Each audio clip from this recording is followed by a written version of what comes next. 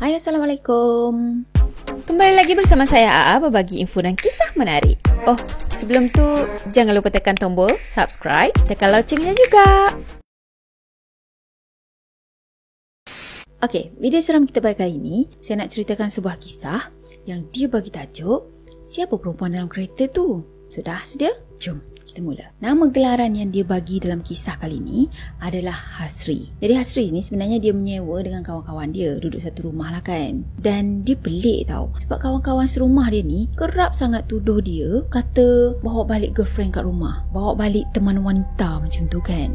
Dia pelik lah. Yelah kalau jadi sekali dua, bolehlah dia macam buat tak tahu je kan. Tapi ini dah berkali-kali. Pening juga dia katanya dia fikir. Seolah-olah macam ada sesuatu yang tak kena, yang dia nak kena siasat. Pula tu, teman wanita dia ni akan muncul pada sebelah malam je tau. Jadi salah seorang kawan dia ni namanya Afiq. Afiq ni bekerja sama-sama dengan dia lah, kerja kilang macam tu. So Afiq ni mati-mati kata Hasri dah bawa balik perempuan kat rumah tau. Lepas tu Hasri memang dia cakap tak lah, sebab dia memang tak bawa balik kan. Tapi Afiq cakap apa? Alah, kau jangan tipu lah, macam lah aku tak nampak, dia cakap. Lepas tu Afiq cakap bukan aku seorang je yang nampak, ramai lagi kawan-kawan dekat kilangnya tu tahu juga benda ni. Maksudnya bukan dekat rumah je lah perempuan tu mengikut, tapi dekat tempat kerja pun kadang-kadang ada yang nampak tau. Cuma Hasri lah sebab dia tak buat kan, jadi dia cakap lah, bila masa pula aku bawa balik perempuan ke rumah, tak baik tau kau fitnah aku. Tapi yelah, bila dah ramai sangat orang yang nampak, of course lah orang tak akan percaya kan. Cakap lah tak ada macam mana sekalipun, orang tetap akan anggap yang si Hasri tu dah berkali-kali bawa balik perempuan ke rumah. Hasri cakap kadang-kadang dia rasa macam geram lah juga. Yelah bila dia bagi penjelasan, bila dia cakap benda yang betul, tapi member-member dia semua macam gelakkan dia. Lepas tu macam agak perli-perli dia macam tu lah. Yelah katanya nasib baik lah juga ada iman sikit dalam hati dia ni.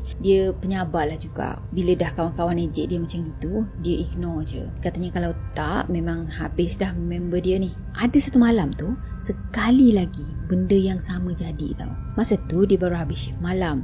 Lepas tu dia pergilah dekat parking kereta, hidupkan enjin kereta kan. Dan nak balik lah ni, get ready nak balik. Dan tiba-tiba salah seorang kawannya datang, namanya Haidee. Haidee datang dekat sebelah dia. Lepas tu dia tegur lah kan, Amboi tergesa-gesa sangat kau nak balik, dah tak sabar nak ambil awet ke? Sambil-sambil tu Haidee ni macam sarung topi keledar dekat kepalanya lah, sebab dia membonceng motor je. Dan pada masa tu Hasri tadi macam terdiam lah kan. Lepas tu keruk-kerukkan dahi. Dah kenapa pula aku nak pergi ambil awet? Yelah pelik lah, sebab kenapa ramai sangat yang kata dia ni ada awet, lepas tu bawa balik perempuan ke rumah kan. Sedangkan rutin harian dia akan pergi kerja, balik kerja, rehat kat rumah. Lepas tu pergi kerja, balik kerja, rehat kat rumah. Yelah kalau kerja kilang, boleh bayangkan kan macam mana dia punya penatnya tu. Dan yang paling penting sebenarnya pada masa tu, dia tak ada teman wanita pun tau. So itulah yang buat dia pelik sangat, kenapa orang cakap dia ni ada awet. Dah tu Haidee tadi pun sambung perli dia lagi.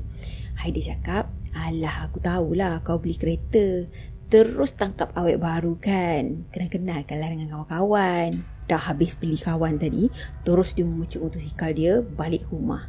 Bagus lah tu kawan. Okey, pada masa tu Hasri ni macam malas lah nak fikir panjang, nak melayan pertanyaan kawan dia tu. Dah enjin kereta dia pun dah panas sikit, dia pun terus pandu keluar daripada kilang tu, tempat dia kerja. Pada masa tu dia tengok jam dah pukul 12.30 malam dah. So masa tengah mandu tu, dia terfikirlah juga, next week dah mula minggu baru dah, dan shift kerja dia pun dah bertukar ke shift pagi. Maknanya dia akan balik pukul 5 petang lah setiap hari. So bolehlah lepas ni dia luangkan masa dengan kawan-kawan dia, main futsal, tonton wayang, macam yelah bolehlah relax sikit, enjoy macam tu kan. Dah tu masa dia mandu lebih kurang dalam 1 kilometer daripada kilang dia, tiba-tiba je hidung dia ni tercium bau yang sangat wangi tau. Jadi Hasri pun pandanglah dekat luar tingkap kan, tapi dia tak nampak apa-apa yang pelik pun. Yelah yang dia nampak cuma semak samun.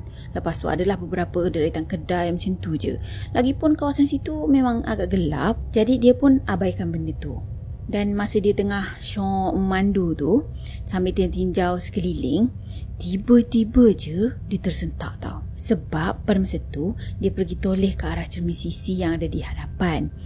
Dan dia perasan macam ada sesuatu dekat belakang tau. Ya, dia nampak kelibat seseorang yang tengah duduk dekat kursi belakang. So dia pun macam terkejut lah kan. Terkejut, toleh belakang, tengok betul ke ada orang kat belakang kereta dia. Cuma bila dia dah toleh ke belakang tu, dia tengok tak ada apa-apa pun. Yang ada cuma beg pakaian dia yang terletak kemas je dekat kursi belakang. Jadi sebab tak nampak apa-apa tadi, so dia fikir mungkin perasaan dia je kot. So dia pun teruskan pemanduan sampailah dekat kawasan parking dekat kediaman dia. Dah parking kereta tadi, dia pun keluar kereta dan dia buka pintu belakang nak ambil beg pakaian dia tadi kan. Masa dia buka je pintu belakang tu, tiba-tiba je bau wangi yang tadi tercium balik tau. Sekali lagi dia tercium bau wangi tu. Masa tu dia macam malas lah nak fikir bubukan semua kan. Yelah, hari pun dah lewat malam. So dia pun terus kunci pintu kereta dan pergi ke arah lift. Tapi katanya beberapa langkah je dia berjalan, lepas tu dia teringat balik, rokok dia masih lagi ada dalam kereta. Lepas tu macam nak pergi ambil rokok dulu lah. So dia pun patah balik ke arah kereta tu. Masa dia nak patah balik ke arah kereta, dah pusing ke badan ni, tiba-tiba je dia terkaku kat situ tau. Ya, mata dia pada masa tu dah terpaku dekat satu sosok ni yang walaupun sebenarnya sama-sama je dia nampak, tapi sosok tu ada tengah duduk dekat kerusi belakang kereta dia tau. Masa tu lepas nampak tu dia memang tak percaya lah kan. Betul ke apa yang aku nampak ni? Lepas tu dia gosok-gosokkan mata dia dan tengok balik dekat kerusi belakang tu. Ya, memang itulah yang dia nampak. Katanya pada masa tu dia nampak jelas sangat ada sosok seorang wanita yang berbaju putih tengah duduk dekat kerusi belakang kereta dia. Cuma wajah wanita tu tak nampak tau, sebab rambutnya ni terlalu panjang dan dah tutup dah bahagian mukanya tu. Masa tu lah Hasri dah seram sejuk dah. Jantung dia ni pun tak payah cakap lah, dah berdegup kencang dah. Tapi tak sampai beberapa saat tau, kelibat perempuan tu hilang. Masa tu dah tak fikir pasal rokok ke apa dah. Yelah, kalau nak ambil rokok tu nak kena buka kereta lagi kan. Kok-kok lah betul-betul nanti muncul dengan real lagi, kan satu hal pula. Jadi Hasri tadi pun terus berlari naik anak tangga tau. Pergi daki tangga sana, dah tak fikir dah nak tunggu lift ni. Dalam masa yang sama, jantung dia tak payah cakap lah, dudap, dudap, dudap, dudap, dudap. Yelah, baru nampak penampakan sebegitu kan. Dan dia pun macam terfikir juga, patutlah selama ni ramai sangat kawan-kawan dia ni cakap yang dia bawa balik wanita dekat rumah. Padahal girlfriend pun dia tak ada, macam mana nak balik teman wanita ke apa kan. So malam ni baru dia tahu kenapa orang cakap macam tu. Barulah dapat jawapannya. Cuma dalam masa yang sama, dia masih lagi terfikir, siapalah perempuan ni? Yelah, kenapa dia boleh ada dekat dalam kereta tu?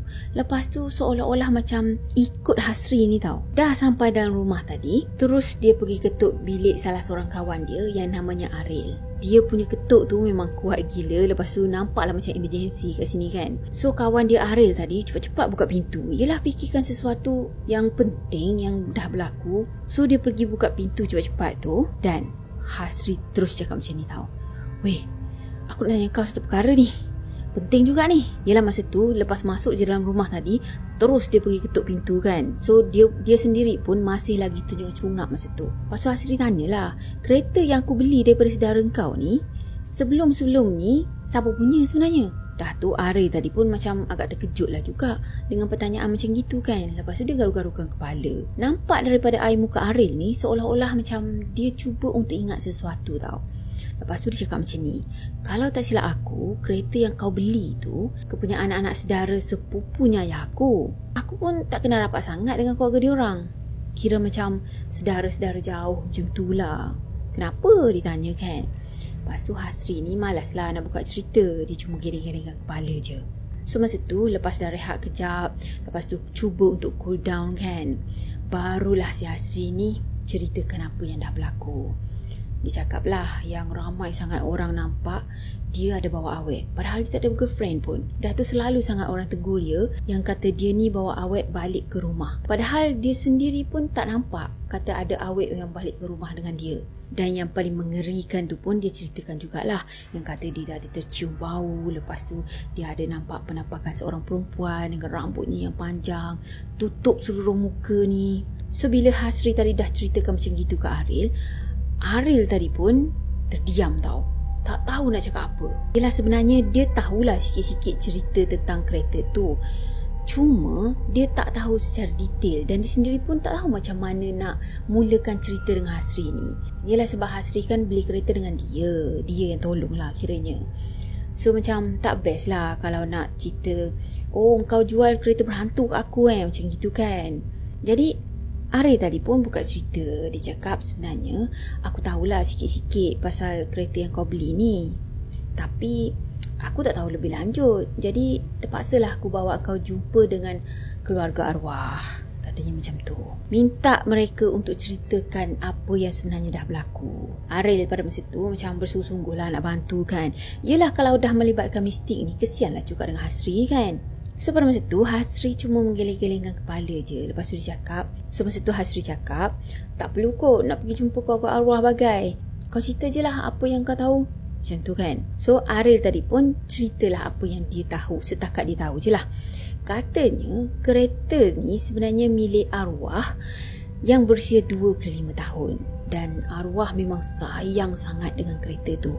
Sebab katanya tak senang tahu untuk dia pergi beli kereta tu, dapatkan kereta tu, sampaikan dia terpaksa berjimat cermat, ikat perut, barulah duitnya terkumpul dan dia berjaya juga beli kereta idaman dia. Dah tu katanya arwah ni boleh kata seminggu 2-3 kali tau dia cuci kereta tu, sampaikan benda ni jadi bahan dekat keluarga dia. Keluarga dia selalu menganjing dia, sayang sangat dengan kereta kan, sampai seminggu 2-3 kali cuci. Jadi ceritanya arwah sayang sangat dengan kereta tu, dia jaga betul-betul tahu keretanya, sampailah dia hembuskan nafas terakhir dia.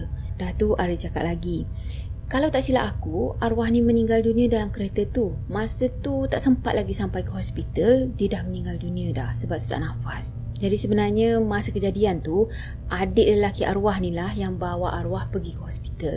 Tapi ia kan dah ajal, arwah meninggal dalam perjalanan. So Hasri yang dengar cerita ni tadi macam terdiam lah kan.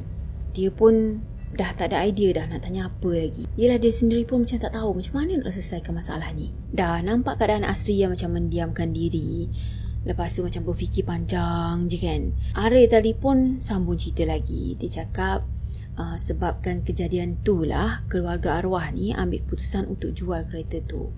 Sebab mereka sedih dan tak sanggup nak tengok kereta arwah ni, yang mana banyak sangat tinggalkan kenangan arwah. Jadi walaupun Ariel bercerita tu tak adalah secara sedetail-detailnya kan, tapi Hasri ni dah faham lah, dah boleh tangkap lah jalan ceritanya macam mana. Sekurang-kurangnya dia faham, dia dah boleh dapat gambaran sikit apa yang sebenarnya yang dah berlaku.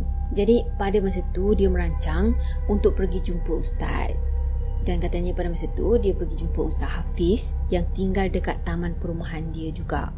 Yelah sekurang-kurangnya bolehlah dia dapat nasihat sedikit kan, dan macam mana cara untuk bersihkan kereta tu supaya tak ada lagi yang mengikut, supaya roh arwah ataupun jelmaan lembaga tu tak ada lagi dekat dalam kereta kan. And cerita ni pendek je, tapi saya pun pernah dengar cerita yang lebih kurang sama dengan ni, cuma cerita tu dia diikuti pocong kalau tak silapnya, disebabkan kereta juga tau.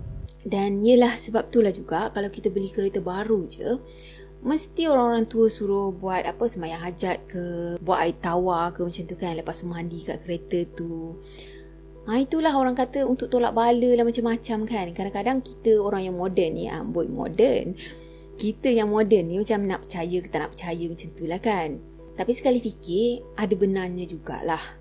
Kalau kita beli kereta second hand, kita bukannya tahu pun owner yang sebelum ni macam mana, dah tu sejarah kereta tu sendiri macam mana. Sebab yang menjualnya pun tak adalah dia nak cerita satu-satu, tak adalah dia nak cerita pernah ada orang mati dekat dalam kereta ni kan. Jadi tak salah jugalah kita nak dengar apa yang orang tua-tua cakap. Buat dulu sembahyang hajat ke, lepas tu basuh-basuh mandikan kereta tu dengan air sembahyang hajat tadi. Itu kan bagus. Kita bukannya minta perlindungan daripada benda lain kan, minta daripada Allah juga. So saya rasa sampai di sini untuk video kali ni. Saya harap korang sukakan video ni, dan macam biasa kalau korang sukakan video ni, jangan lupa tekan tombol like, komen, share dan juga subscribe. Jumpa lagi next video. Bye bye. Assalamualaikum warahmatullahi wabarakatuh. Bye bye.